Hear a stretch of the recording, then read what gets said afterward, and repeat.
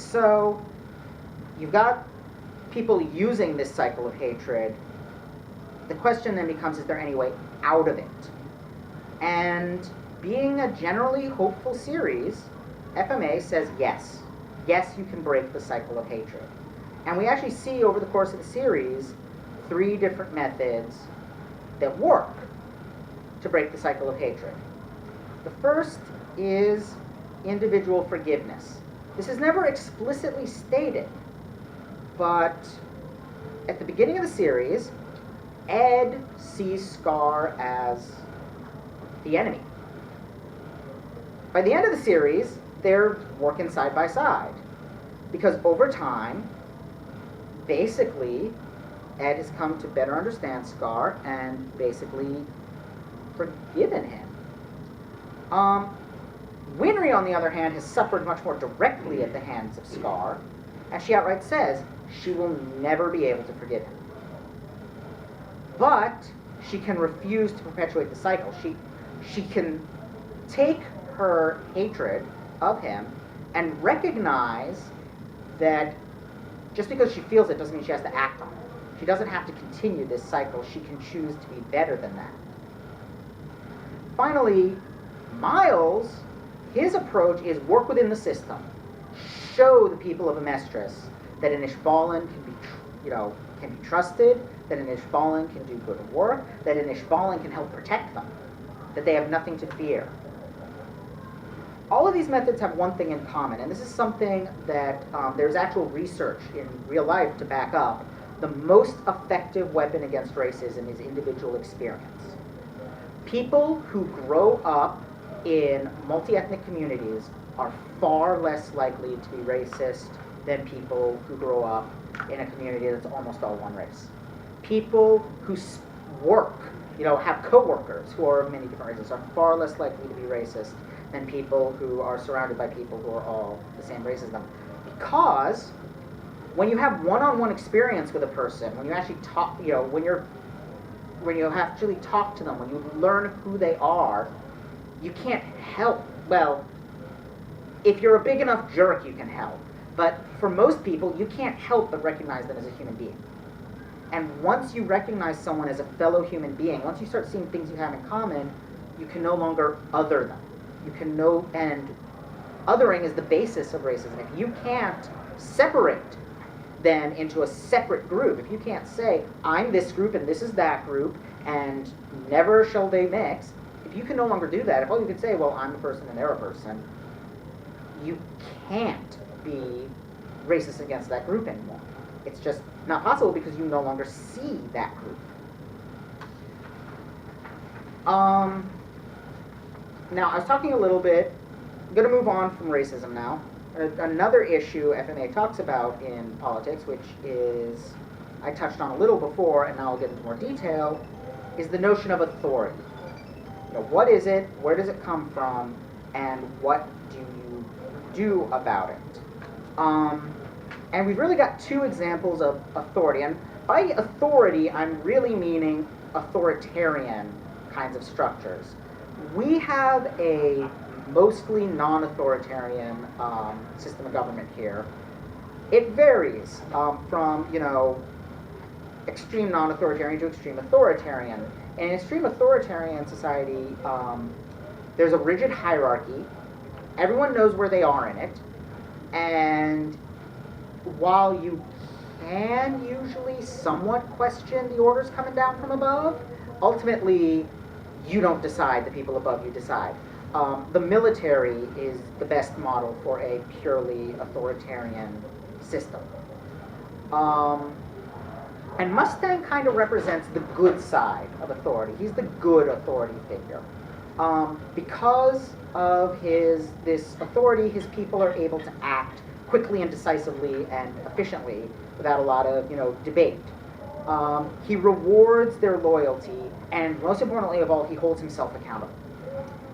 He is seeking to create a world where he will be punished for war crimes that he committed in the past.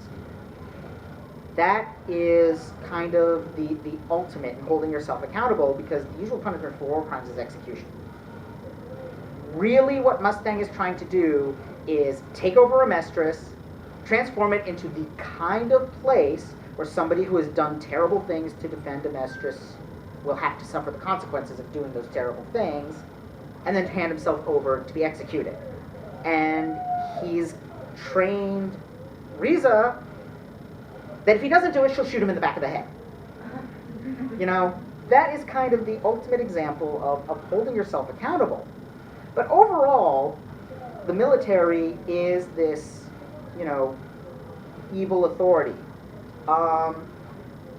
There is a quote that almost everyone has heard, a kind of slightly mangled version of this, but a man named John Dahlberg-Acton said this in 1887. All power tends to corrupt, and absolute power corrupts absolutely. Great men are almost always bad men. And that is still true in FMA. Most of the authority figures, most of the great men are terrible people and or evil homunculi. You know, the military overall is a really bad authority. It betrays the trust of the people below it. It comes to exist solely for its own power. And historically, this is a tendency in any, you know, authority. You know, even a very non-authoritarian authority will over time tend to gradually more and more exist solely to further its own power instead of for whatever purpose it was created in the first place. And you can see this in everything from governments to, like, con staff. You know, they start out wanting to have a con and wanting everything to be fun and happy, and then almost every con eventually gets somebody who starts power tripping and causing a lot of trouble. You know, it's pretty much human nature.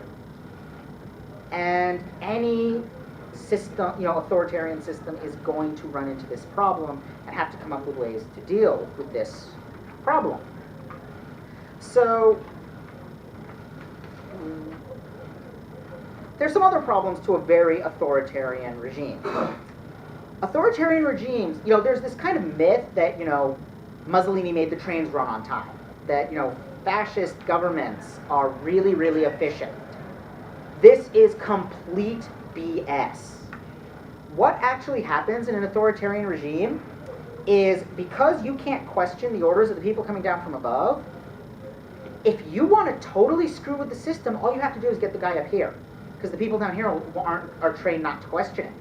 You get the guy up here on your side, and you can make it do whatever you want. You can very easily corrupt it, instead of having to corrupt, you know, all sorts of people to get your conspiracy working. Also, the only person you have to bribe is this guy. And not only that, because authoritarian regimes tend to punish failure very harshly, your best bet if you're working in an authoritarian regime, if you fail, cover it up. Don't try to fix it, because then you'll be punished.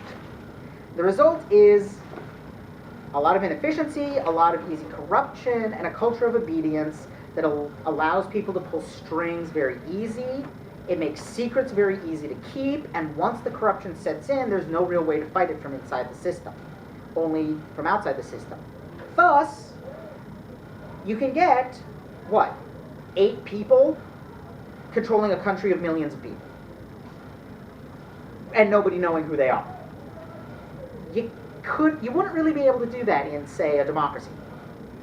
Really wouldn't be possible. So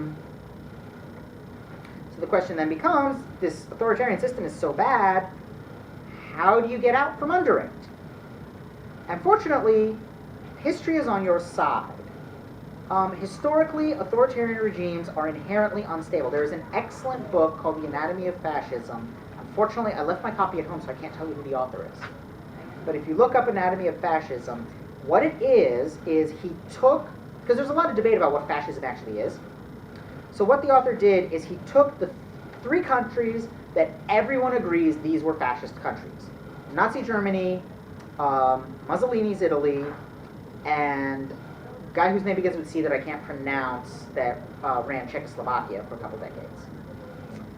And he just went through and he showed how they were similar. Didn't try to define fascism, just tried to show how these things were, what these fascist regimes had in common.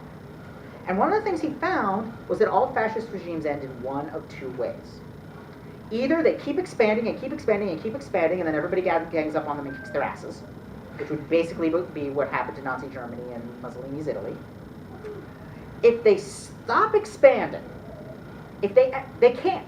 If they ever stop expanding, that corruption starts mounting up, and there's a military coup. This happened to the Ottoman Turks in the 16 or 1700s, I forget which. This is what happened to the Soviet Union. And this is what happens to Amestris. Amestris hasn't really expanded since the Ishbalan conflict. And the Ishbalan conflict is the exact moment when they started planning the coup.